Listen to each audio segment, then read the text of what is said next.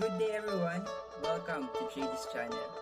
Today, we're going to discuss another topic. Don't forget to like, share, and subscribe for more tutorials. Thank you and God bless.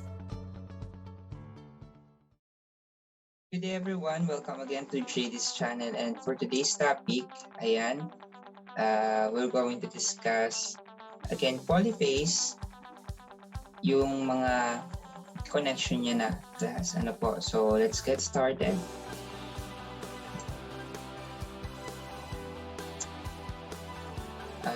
First is we're going to discuss balance YY connection. Second is the Y-delta connection. Third is the delta-delta connection. And lastly, we are going to discuss delta-Y connection. So, let's start. For introduction, we begin with YY system because any balanced three-phase system can be reduced to an equivalent YY system. Therefore, analysis of this system should be regarded as the key to solving all balanced three-phase system. So, let's start with a balanced YY connection. So ito class yung itsura ng ating balance YY connection. As you can see, ano po? Yan. So dito, ito yung ating Y connection. So naka-Y, and then ito naman yung ating, ito yung sa source. And then ito yung mga transmission natin. Okay? And then ito naman yung ating mga loads.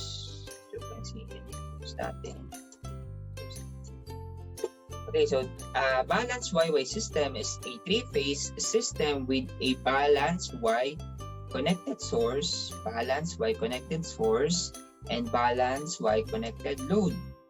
Ayan. So, ang daming impedance. So, yun ating pag-uusapan.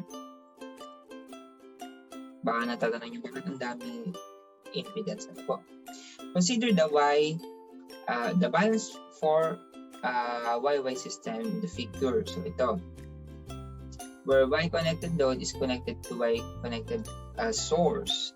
We assume balanced load so that the load impedance are equal. So, yan. Yung ating mga impedance dito is equal because we assume that it is in balance connection.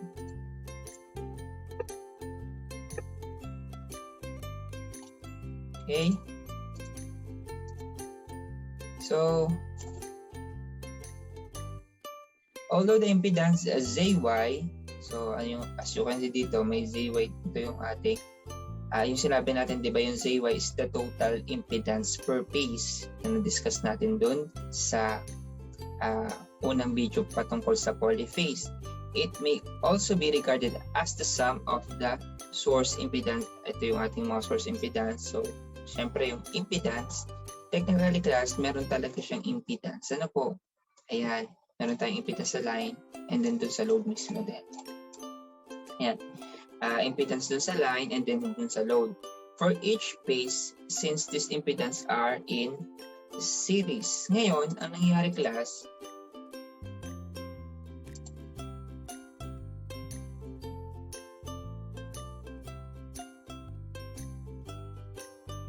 so yun class, although the impedance ZY is the total load impedance per phase, it may be also regarded as the sum of source impedance as ZY, ZS, which is yung ating source impedance. Ito nga, yung sum. Ang ZY is sum ng ating mga source impedance plus yung ating line impedance. Ano po? Yan, mga line impedance natin. And then, yung ating so, yan yung mga line impedance natin na po. And then yung ating mga load impedance. Ayan. Okay, each of phase, since these impedance are in series. Okay? So, as illustrated in the figure, ZS denote yung ating internal impedance ng winding. So, technically class, meron talaga siyang impedance dyan sa ating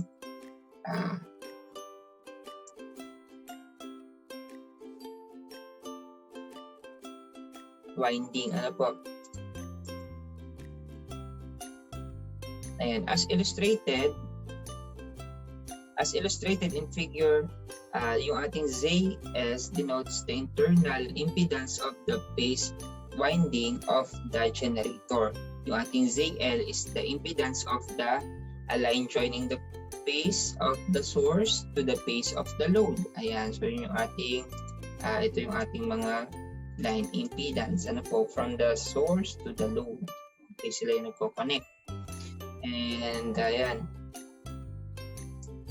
And yung ating ZL, which is the load impedance, ayan, is the impedance of each phase of the load. Ayan, and ZN is the impedance ng ating neutral line. Ngayon, so bakit ZY na lang ang ating ginagamit? So, thus, in general, yung ating ZS and ZL na maliit are often very small compared to ating ZL. So that we assume that ZY is equal na lang dun sa ating ZL. Okay? If no source or no line impedance is given, pero pag class meron siyang given, ina-add natin pa rin siya. Pero, yun nga, kaya yung ating ZL is equal, almost nag-equal sa ZL because napakaliit talaga ng ating source impedance at saka yung ating line impedance compared dun sa ZL. Kaya kino-consider or ina-assume na siya na equal yung ating ZL o yung Z ng load, yung impedance ng load dun sa ating ZY. Yan. Ibig sabihin yung ating impedance ay naka-Y connected. Okay? So, but if given nga, we sinasama natin siya, ina-add natin siya. In any event, by looping the impedance together, the YY system in this figure. So, and ito yung kanyang pinaka-formula, class. But then again, kung hindi given yung ZS and Z ng line, so ina-assume na ZY is equals to ZN na lang. So, anong mangyayari pagka ganun? So, ito siya class. From, ito, yung sabi natin kanina, ang daming impedance. So, ito na siya. Mas lumini siya tingnan. Na po. Okay, so, assuming a positive sequence, the phase voltage, okay, so ito yung line to neutral na voltahe natin. Kaya ay VAN. Ano po? R. So, ito yung kanyang class. Yung kanyang value. Yung VP is equal sa bar angle 0 degree. And yung ating BPN is equals to BP bar angle 1 negative 120 and BCN is yung ating siya ay pwedeng negative 240 or siya ay 120 degree. And then the line to line voltage is simply line voltage VBN, BBC and BCA. Yan, ito naman is naka-delta connected. So yung nakita natin dun sa last video. Ano po? Naka-delta and yung sa topic na balance yung source. Okay? So, balance source. Yan. So, we have the delta, we have the Y connection and delta connection. So, ito naka-delta yung ating line-to-line voltage. Ito kasi isa is naka-line to neutral. So, the magnitude of the line voltages VL, so VL is the line, is square root of 3 times the magnitude ng ating phase voltage, which is BP. So ito yung formula natin class na gagamitin, wherein BP is equals to the absolute value ng VAN equals to BBN equals to BCN, and then ganoon din sa ating line voltage. And we obtain line current. So ito yung ginagamit natin for line current. Formula BAN over ng ZY, or ito naman sa ating sa IV natin, which is ito class yung ating mga line currents. Okay? Pag phase current, ang ginagamit natin is big letter. So, halimbawa, I, A, B. So, ito class yung ating mga phase current. Ano po? Pagka isa lang tapos maliit na letter, so ang yan ay ating mga line current. Ano po? So, para hindi kayo malito. Yan. So, ito yung ating mga phase current. So, ito phase current natin. Ayan. So, mamaya kasi ma-encounter natin yan. Ano po? Ayan. And then, yung ating ICs, ganun din ating. Yan yung ating formula. Negative 240 na siya. And then also, IA plus IB plus IC equals to 0. So, next. So, okay class, so we can use an alternative way on analyzing a balanced YY system. So, ito nga yung yan. Is to do so on a per phase basis. So, ito yung class, yung per phase basis. Dito sa per phase basis class, we look at one phase only, let's say phase A, and analyze a single phase equivalent circuit ng figure. Halimbawa, ito yung ating figure yan, ating per phase basis, wherein nandiyan yung ating i-analyze na VAN, isang source, then yung ating mga wire, and then yung ating load. The single phase analysis yield the line current IA as so. Ito yung formula niya class. Ayan, yung ating gagamiting formula. Since class, remember, pag sinabi nating balance YY, ano po, di ba? Pag sinabi nating balance, they are same in magnitude, same frequency, but they are out of phase, and out of phase by 120 degree. So meaning to say, para sila ng magnitude, ng value, magkakaiba lang sila ng angle. Okay? So, kaya we can use this per phase basis. Pwede tayong isang phase lang ating i-analyze, and then magkakaroon na lang tayo ng phase sequencing doon sa ating angle. So, ayan, medyo madali lang to class. Ano po? So, ang mangyari, sunod, from IA, we use the phase sequence to obtain the other line current. So, yun po yung sinasabi ko kanina. Pag nakuha natin yung IA, so, ayan, parehas naman sila na magiging magnitude. Ang magkakaiba lang sila class is yung kanilang mga angle. Thus, along as the system is balanced, we need only to analyze one phase. So, yun yung sabihin class.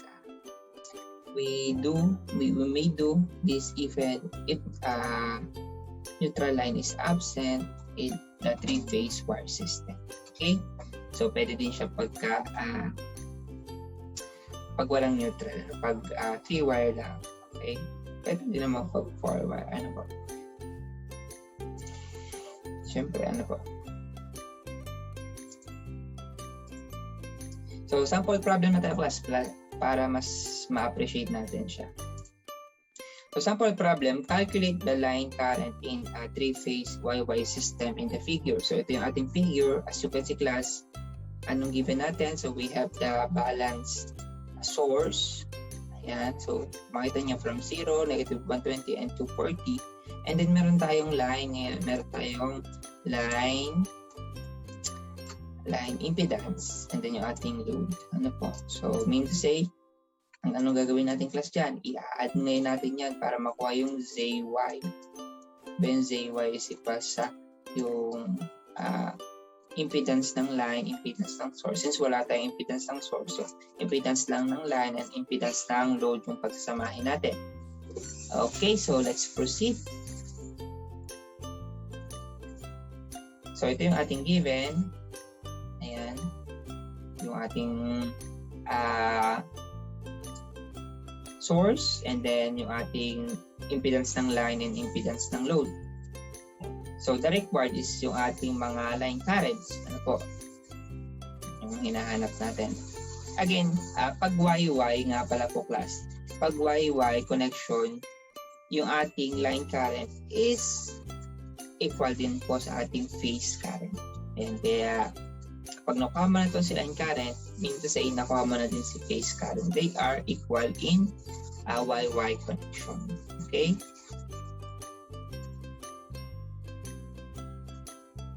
So, ito yung ating mga formula na gagamitin. So, yan para sa mga line currents natin. And, solution na tayo class. So, first tayo dun sa IA. Paano mo natin si IA? So, again class, we can use yung per phase basis na na-discuss natin kanina para mas madali yung ating solving. So, ito yung formula class. And then, kuhanin muna natin yung value ng ZY kasi di ba nakita natin doon sa figure meron tayong impedance ng line and impedance ng load. So, i-add lang natin sila and we get 15 plus J 6. And then, substitute na natin doon sa ZY. And ano ba yung given natin VN? VN is equal sa yung source? 110. So, let's start with 0 kasi nasa sa A tayo, IA over ng ating ZY. So, ano kayo magiging value natin class? So, kindly input. And the answer is, ayan class, we have the IA which is 6.88 bar angle negative 21.0814 degree ampere. Yan, so ito yung ating value ng IA. Ngayon, sabi doon, we can use phase sequence in getting the other value ng or other line current, so which is IBIC. And take note class, they are balanced, so means pareha sila ng magnitude. Magkakaiba lang sila dito sa kanyang angle. Dito lang sila class magkakaiba dyan. Okay? So, finding the, using phase sequence. So, anong gagawin din using phase sequence? So, ganito lang class. Ayan. Yung value ng ating IA, tapos bar angle negative to 120 degrees. So, ito lang naman ang magbabago dyan. So, magiging 6.88, same value, same magnitude. Then, yung ating value ng yung angle sa IA, di ba? Which is negative 21.8014 plus ngayon dun sa 120. So, negative 120. Ano po, lagi na lang tayo mag-add even if minus or plus para hindi tayo magkakamali. So, i-add lang natin siya. So, mangyayari ngayon, class, the answer is, ayan, same na magnitude, nagkaiba lang siya ng angle. Okay?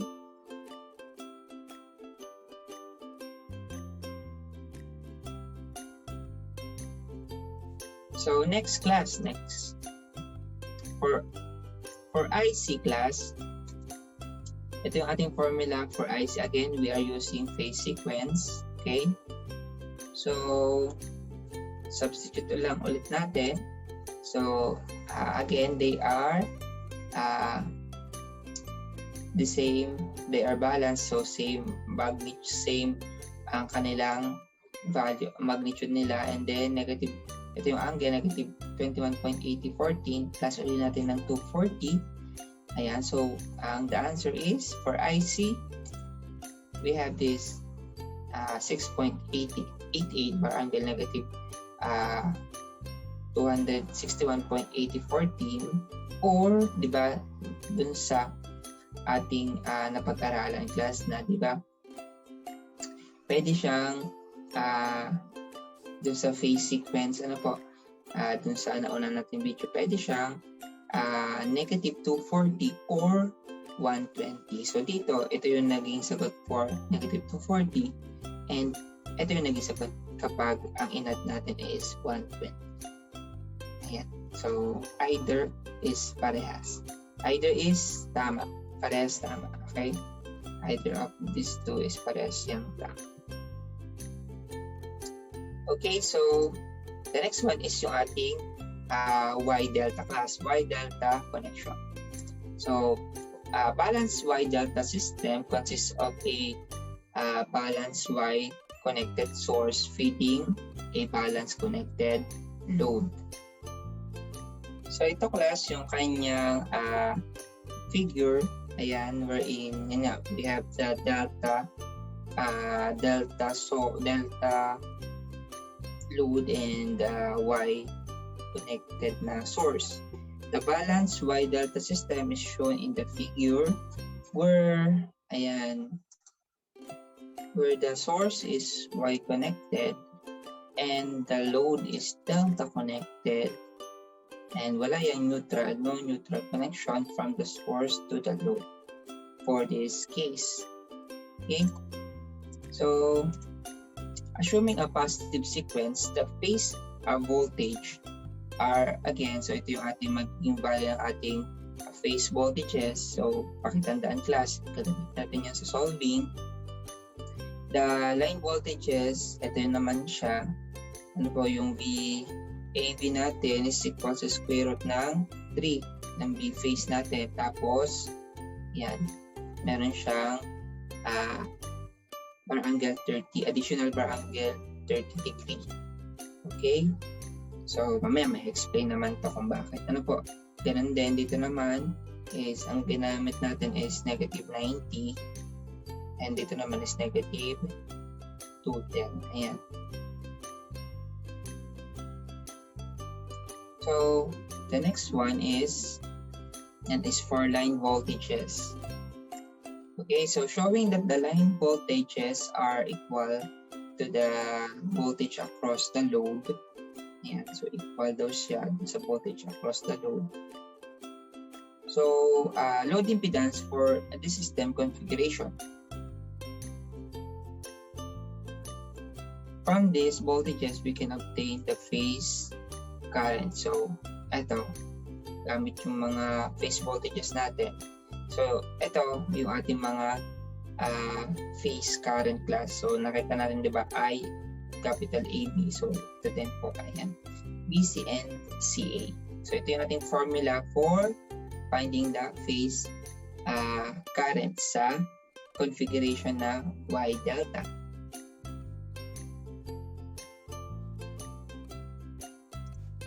So, this current have the same magnitude but out of phase by 120 degree. Ayan, ating mga phase current na yan. So, ito yung ating mga formulas that we can use finding the line current. So, we can use this and we can use also this. Ano po? Ito naman formula to class from line current to, okay, so from phase current to line current. Okay? So, wherein yung ating line current is equal sa I is equal sa IB equal sa IC absolute, and then ganyan din po sa ating I phase. Okay, so dito class, yan, pakita ko lang sa inyo. Di ba kung mapapansin nyo, we have this, ito yung ating mga line currents, line currents, and line currents. Ngayon class, ito yung ating mga phase currents. Phase currents. As you can see class, pwedeng sabihin natin na yung ating phase current ay nag-lead ng 30 degree or nauna ng 30 degree kumpara dito sa ating line current. Okay? Or pwede din sabihin natin na ang ating line current is na late ng 30 degree kung ikukumpara mo sa ating phase current. Ano po? Kaya kung mapapansin nyo, mamaya sa equation, sa solving natin, meron niyang bar angle,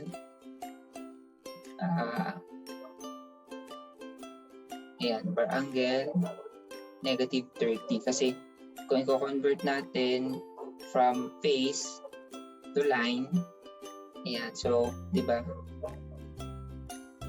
na-late siya. Na-late yung ating, ng 30 degrees. Yung ating line na late ng 30 degrees or nag-lag. Ayan. So, iyan po yun sa current. An alternative way of analyzing Y circuit is to transform the delta connected load, ayan, to an equivalent Y connected load using yung ating Y transformation formula. So ito na-discuss naman to dun sa unang video. Ayan, na-review lang natin ngayon. So kasi gagamitin nga natin siya, nagagamit natin siya dito. So after this transformation, kasi ang mangyayari niyan class, dadali mo siya sa YY, di ba? Madali yung formula natin sa YY kapag siya ay kasi magagamit lang natin yung per phase analysis kapag parehas yung ating yung ating source at saka yung ating load na po. Magagamit natin siya especially dun sa YY system lamang, ayan yung ating magagamit kapag siya ay parehas. So we can use the per phase system. This allowed us to calculate only in line current. So take note, in line in YY, so yung ating line current is equal na din sa ating phase current. So ngayon you can use that, but ayan, we can use din po yung mga formula natin dito sa ating Y delta. So okay lang din naman yun. So kung saan po tayo madadalian, so we can use that. Ayan, ito naman yung relationship nga, yung ating phase current dun sa ating line current. Sabi ko nga sa inyo, the phase current leads corresponding line current ng 30 degree. So mas nauna si ating phase current sa ating line current ng 30 degree. Or you can say that yung ating line current is naglag ng 30 degree corresponding to our phase current. So nalit or naglag yung ating line current. So yun yung relationship ng ating mga currents, the phase and the line current. How about the voltage? So ito naman siya class, the phase voltage. So again, ano ba yung phase voltage? Phase voltage is yan yung ating pag siya ay line to ground, yung ating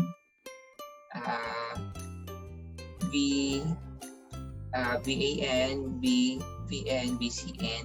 Kapag naman siya ay line to line, yung ating small b VAB, small b BC, small b CA. Kasi pagka line class is naka-capital. So ito yung ating mga line current VAB, VBC, BCA, naka-capital siya. Yan yung ating pag-name sa kanila. Kapag maliit siya ay yun ay siya ay phase voltage. Yan.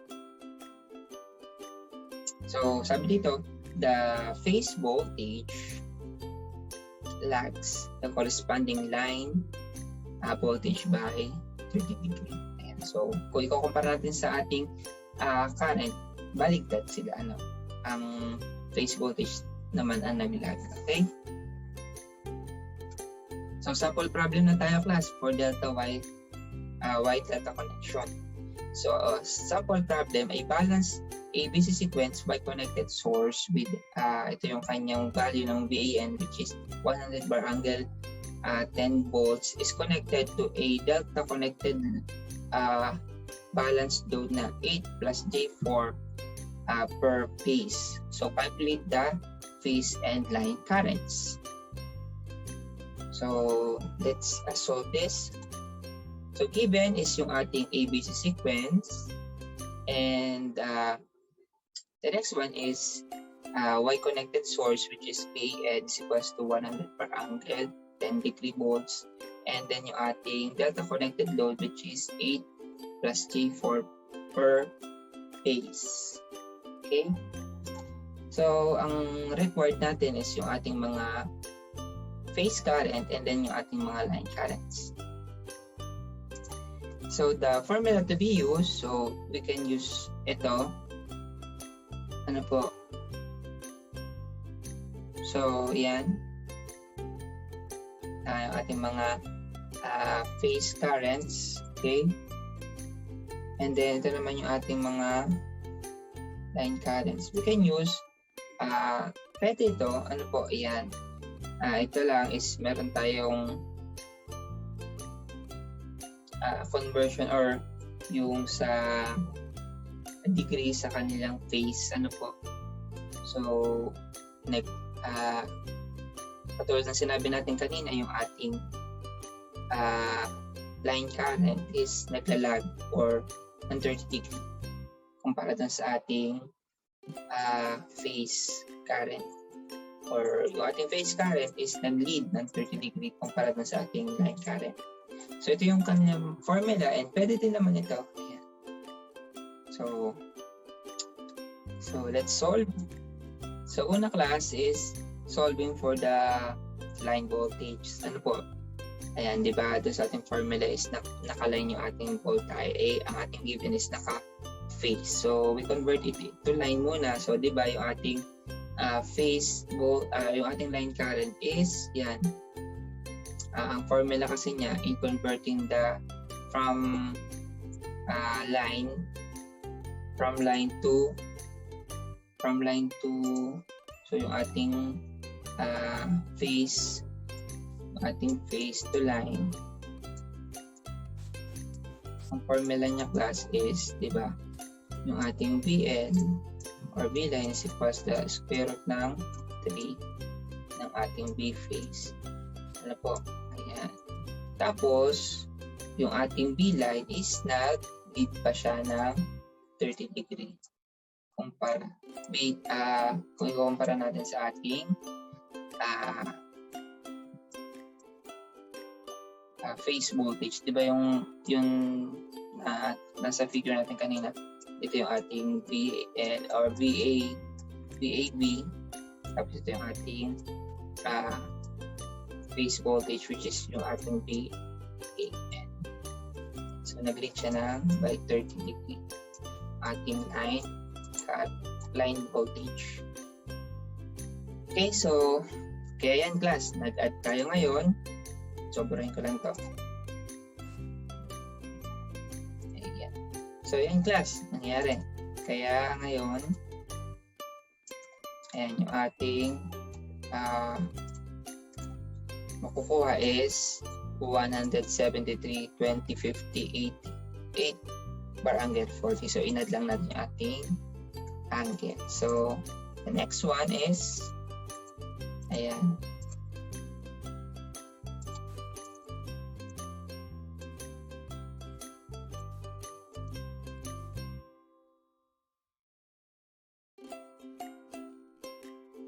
Ito naman, so yun ay para sa B, AB, B, BC, and yan, BCA. So saan ba natin nakuha to class nga ulit? Ayan, so galing pa rin dito sa atin. So di ba? So convert natin siya. Okay? So square ng 3B phase times yung bar angle 30 degrees. So nangyari, okay, yung value na 100 and then yung kanyang bar angle na 10, inad natin sa 30 kaya naging 40. Ito naman yung kanyang square ng 3 times 100, tapos yung kanyang 10 minus 90, that it becomes 80. And then ito naman yung kanyang 100 tapos 10 minus 210, so we get that 200. So yun po, dun siya nanggaling na class. So yan. And finding or solving for phase current, we have this, yung ating kinuha, yung kanyang VAB over yung ating impedance na given, which is 8 plus J4 ohms. So the answer class is 19.3649 per angle negative 13.4349 ampere for AB. How about IBC? IBC is equal sa yan, again 173.25508 per angle 80 yung nakuha natin kanina, and then divide by 80 plus J4 ohms. So the answer is 19.3649 per angle 106.5650. Papasin yung class, nagkakaiba lang siya sa kanyang angle, but same siya ng magnitude. Okay, so the next one is yung ating ICA for the phase currents. Ano po? Ayan, so again, kuha natin na 173.5508 bar angle, negative 200, and the answer is yan, over ng 80 plus J 4 ohms. So we get that's 19.3649 bar angle 133.4349 ampere. Okay, so that is our answer. And solving naman sa ating line, again, pwedeng kahit alin ang gamitin nyo. Ayan, so dito, gusto ko lang ipakita yung gamit itong formula na to. Kasi ito naman, isa-substitute nyo lang doon sa nakuha natin. Pagmamainusin nyo lang. Ito, at paano ba natin ginagamit ito? So, yung gusto kong ipakita, class. So, mangyayari is, next. So, we have this finding yung ating line current, which is square root ng 3 times yung ating nakuhang yung magnitude ng ating IA, B, which is yung ating phase current, and then yung kanyang angle. So since na-late or naglag yung ating line current to sa ating corresponding phase current, so minus 30, and then we get the answer that is so 33.54, then bar angle negative 16, 56.61 degree ampere. Okay, so that is for IA. How about IB? Yan, kuha natin yung value ng IB natin. So same procedure. So IB squared ng 3 times 19.3649. So magkakapares naman siya ng magnitude. And then yung ating angle, that is 106.5650 minus natin ng 30, and we get, ayan, so 33.5410 bar angle negative 36.5650 degree ampere. How about sa IC naman? Finding the IC. So same procedure. So at ang ilalagay lang natin is yung kanyang angle, which is 123.4349 minus yung ating 30. Yan, and we get yan 33.5410 bar angle 103.4349. So yan po, nakuha natin si phase current and si line current para sa ating delta Y configuration. So the next one is yung ating delta. So ayan, delta or balanced delta system is one of in which both balanced source are and balanced load are connected. Yan, so delta. Take note pala, class, pag delta ang same naman sa kanya is yung kanyang voltage. Pag YY, ang same sa kanya is yung kanyang current. Ayan, yung kanyang current. Okay, so the source as well as the load may be delta connected as shown in figure. Our goal is to obtain again the phase and line current. So assuming a positive sequence, the phase voltage for delta connected source is, ito class yung ating gagamitin. So ganun din naman, same pa rin naman. Ano po? The line voltage are the same as the phase voltage. So yan. Tatandaan natin yung ating line voltage is same as the phase voltage dito sa ating delta. Assuming that there is no line impedance, the phase voltage of the delta connected source are equal to the voltage across the impedance. Which is yung ating VBA, which is the source, tapos yung voltage dito. Okay? Yung voltage, yung itong voltage na to, ano po, yung mga voltage na yan is equal dito sa mga voltage across dito. Diba yung ating current, tapos yung ating impedance, magpuproduce siya ng voltahe. Ano po? Ayan, so the next one, class, is ayan yung ating phase current. Ito yung kanyang working formula natin. pag line current naman, so same din. So ganun din yung ating ginamit dyan sa isang configuration. Also, each line current lags corresponding phase ang current by 30 degree. So yung nabanggit ko na kanina, ano po, and the magnitude IL of the line current is 3 squared and 3 times the magnitude of I phase of the phase current. An alternative way of analyzing the circuit is to convert both source and load to their Y equivalent. So, ayan. So we already know that the ZY is equal to Z delta over ng 3. Ayan. To convert the delta connected source to Y connected source. Ito naman. So, ito para dun sa load natin. Ito naman para dun sa source. Ito po para siya maging Y connected source. Okay, from our delta connection, which is in naka-line to line voltage, so we can convert it into the line to neutral na load tayo. So ito yung formula natin. So it's up to you. But you can use the delta since they are parehas naman. So, masasolve natin siya ng mas madali or mas mabilis. Ano po? So, sample problem. So, a balanced delta connected load having an impedance na 20 minus J15 ohms is connected to the delta connected positive sequence generator having ng ating VAB which is a 330 bar angle 0 degree volts. Calculate the phase current of the load and the line currents. Yeah. So, ang given natin class is yung ating balanced delta connected load having ng impedance na 20 minus J15 ohms tapos positive sequence siya. And then we have the delta connected source which is VAB na 330 degree. Yan. 0 degree volts.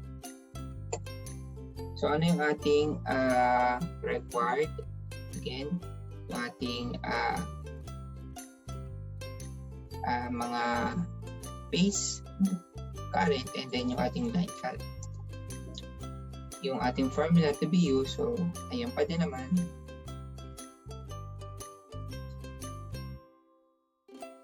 And simulan na natin finding the phase current. Okay, so we use, okay, and then yung formula natin which is yun nga yung ating VAB 300 bar angle 30 degree, yung bar angle 0 degree, bar angle 0 degree. Okay, yung ating IAB is equals to 330 bar angle 0 degree volts. Ayan, over ng 20 plus J15 ohms. So, anong result natin? Plus, so tama po, 13.2 bar angle 36.8699 degree ampere. How about the next, which is IBC? IBC is equals sa, ayan, 330 bar angle negative 120 degree volts over ng 20 minus J15 ohms. Or you can use this natin sa phase sequence. Ano po? Ayan. So, IBC is equals to IAB bar angle negative 120. Ayan, ampere. So, ano ang magiging sagot natin, class? Again, same ng magnitude pa rin. Ang iba lang is itong ating angle which is negative 83.1301.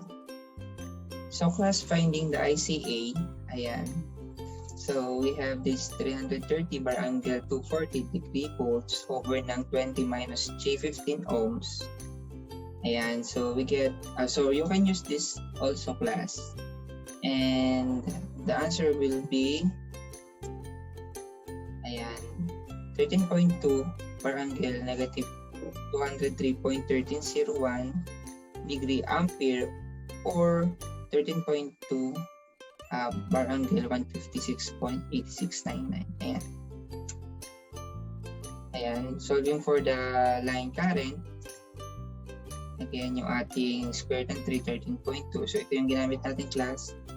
And then, yung kanyang angle minus, again, ng 30. We get the line current. So, we get this 22.8631 bar angle 6.8699. And then, the next one class is for IB. Ayan, same pa rin ang magnitude.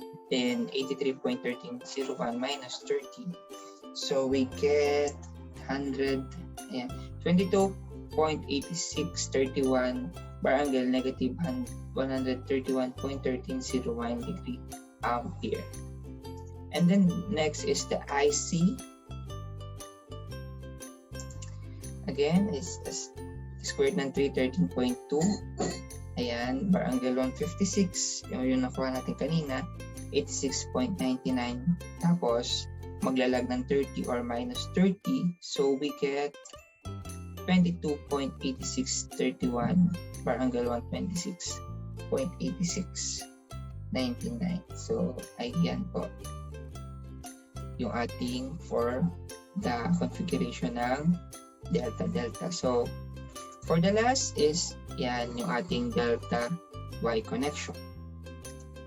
So, a balanced delta Y system consists of balanced connected source feeding a balanced Y connected na load. So, consider the delta Y circuit in the figure. Again, assuming the ABC sequence or positive sequence, the phase voltage of the delta connected source are, so ito po, yan.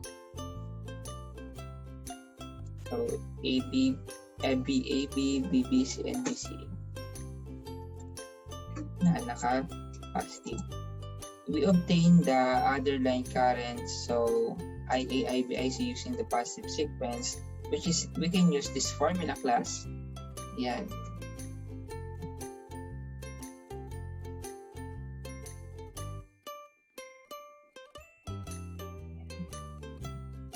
Okay. So, ano mangyayari pag ginamit natin to? And we get the line currents. So, yung ating mga line currents. And we found that a line-to-line voltage of a Y-connected source lead the corresponding phase voltage by 30 degrees. So, yung ating nasabi na kanina, ano po?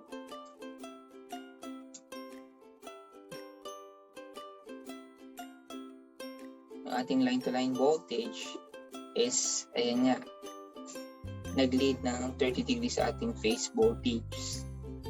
Ayan, so mangyayari ngayong class, dalawa kasing paraan ng pagsusolve natin pagka delta Y. Pwede mo siyang gawing YY, i-convert natin yung ating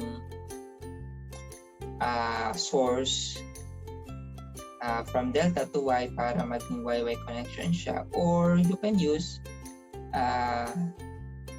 yung ating load na Y gawin mong delta para siya ay delta. So you can easily solve that. So ayan, therefore we obtain each phase voltage of the equivalent Y connected source by dividing the corresponding line voltage of the delta connected source by square root ng 3 and shifting its phase by negative 30. Thus, the equivalent Y connected source has the phase voltages. So, ito yung ngayon class. Pag-convert from delta to Y. Okay? So, kasi ang ating line voltage is nag-lead ng 30 degrees dito sa ating phase voltages. Okay? So, kaya yan ay okay. So, papunta ng from line, papunta ng phase, kaya nag-negative siya. Okay? if the delta connected source has the source impedance Zs per phase, the equivalent Y connected source will have a source impedance na Zs over ng 3 per phase. So once the source is transformed to Y, so let's say ang ginamit natin is yung source ginawin nating Y para maging YY siya. So ito yung mangyayari, class. The circuit becomes YY system, therefore we can use the equivalent single phase. Okay, so yung ating per phase basis, so kasi nga YY na siya, we can use this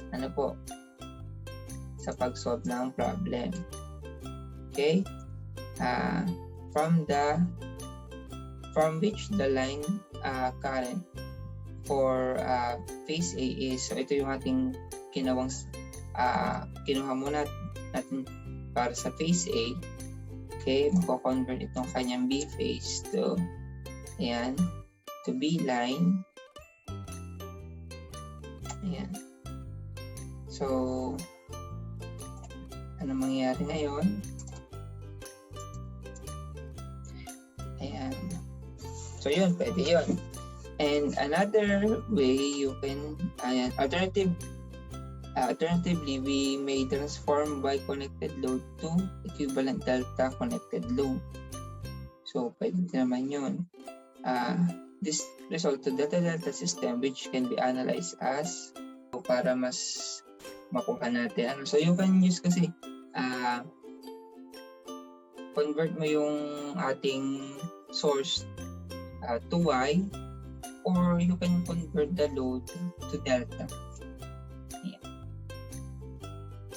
So yan class, nandito na tayo sa sample problem ng delta Y connection. So sample problem, a balanced Y connected load with a phase resistance na 40 and a reactance na 25 is supplied by a balanced positive sequence connected source with a line voltage na 210 volts. Calculate the phase current and use VAB as reference. Pag sinabi natin use VAB, so ito yung magiging nasa origin or nasa zero. Yan. Yun yung ibig sabihin ng class na po. Ay yung nasa zero. So ito yung magiging reference natin. So solve na natin class. So given is yung ating balanced Y connected load with a phase resistance na 40 and 25. Yan. And again siya ay positive sequence, and ang kanyang line voltage is 110 volts. Yan yung kanyang reference is BAB. So ang hinahanap natin is, sabi dito yung ating phase currents daw. Ayan, yung hanapan ng phase currents. So what we are going to use or to do is we convert the source to Y para maging YY na siya. Ano po yung ating gagawin. So you can use naman pagka gusto nyo ang inyong i-convert is yung load. So may formula naman din doon. So dito, para din mapakita yung conversion ng from delta to Y. Yan sa source naman natin. So gamitin lang natin yung formula na yan. Ano po, at yun ay ating solve ng problem. So sunod is ayan, load impedance natin given and source impedance, source voltage which is 210 parang 0. So the next one is when the connected delta connected source is transformed to Y connected source. So yun yung gagawin natin. PAB over square root ng 3, tapos yung kanyang angle na negative 30, and we get this value which is yan yung ating 121.243556.5 ang angle negative 30. So ngayon nasa YY na siya class. So pag sinabing YY, na-convert natin sa Y yung kanyang voltage, we can use the phase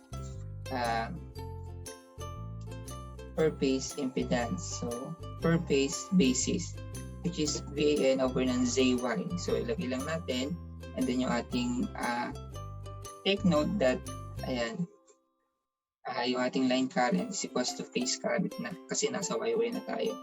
Yan, so ang makuha natin is line current A is 2.5704 per angle negative 62.0054 degree ampere. And yan na din po yung value ng ating IAV as phase, di ba? So ito naman yung ating IV, which is IA per angle negative 120. So ang makuha natin dyan is IV is 2.5704,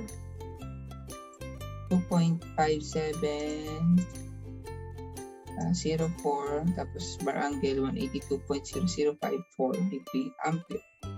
And then sa IC naman is, so same pa rin ang kanyang magnitude, with ang kanyang angle lang is 57.9946 degree ampere.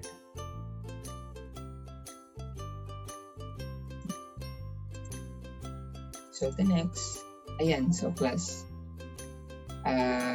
That would be our class. I hope that you get something and you learn something from this tutorial. And don't forget to like, share, and subscribe for more tutorials. So thank you, class, and God you all the glory. So thank you, and keep safe, everyone. God, appreciate the class.